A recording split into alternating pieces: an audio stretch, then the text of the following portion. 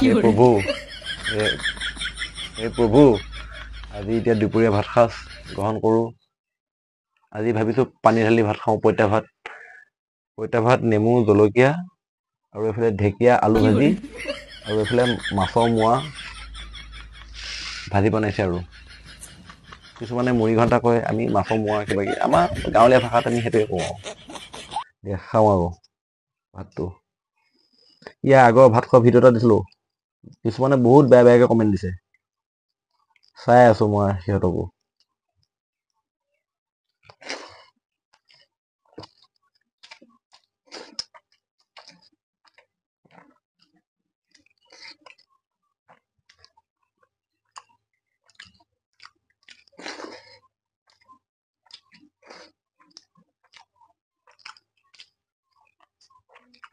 এই বেয়া কমেণ্ট কৰাকেইটা কৈছোঁ,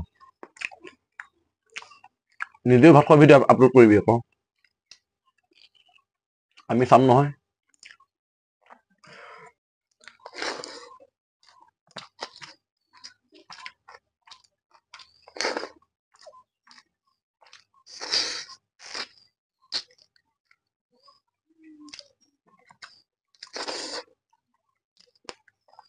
এইবিলাক শাক কচু ঢেকীয়া খাব লাগে, গম পাইছানে? এইবিলাকতো টাউন চহৰততো দেখিবও নাই, কিছুমান মানুহে হয়তো চিনিয়ে নাপায় কচু কি ঢেকীয়া কি।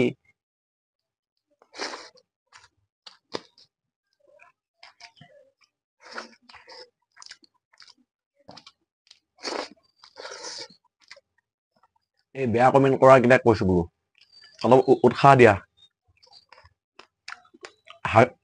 হাগিবলৈ যোৱা ভিডিঅ' দিম মই, খালি অলপমান ছাপোৰ্ট কৰ, হাগিবলৈ যোৱা ভিডিঅ' মই আপলোড কৰিম দে।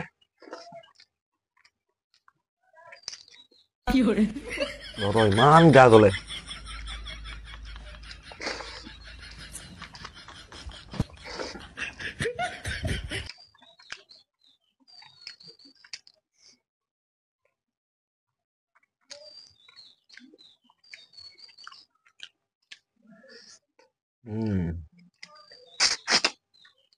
Tasty tasty.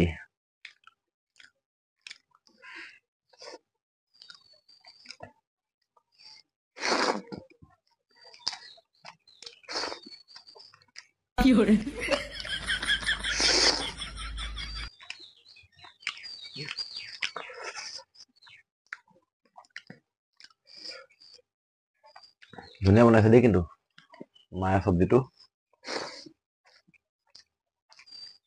আৰু মায়ে বনোৱা চব্জিটো কোনোদিনে বেয়া হ'ব নোৱাৰে বাৰু।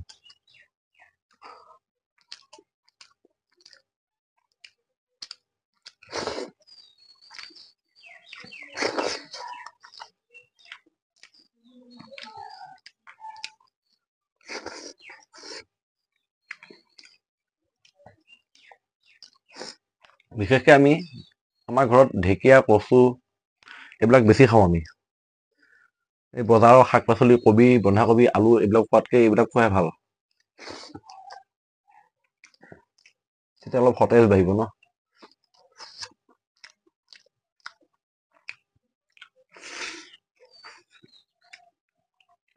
বজাৰতো আৰু দুনিয়া সাৰ, চব সাৰ মাৰা বস্তু এইবিলাক।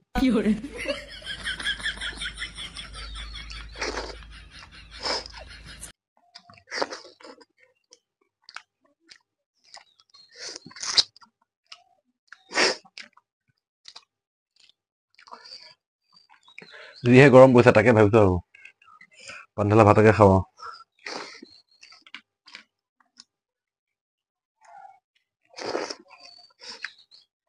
এই গৰমত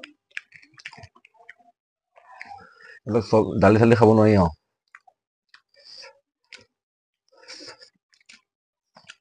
দালিকেনো কিমান খাম আৰু।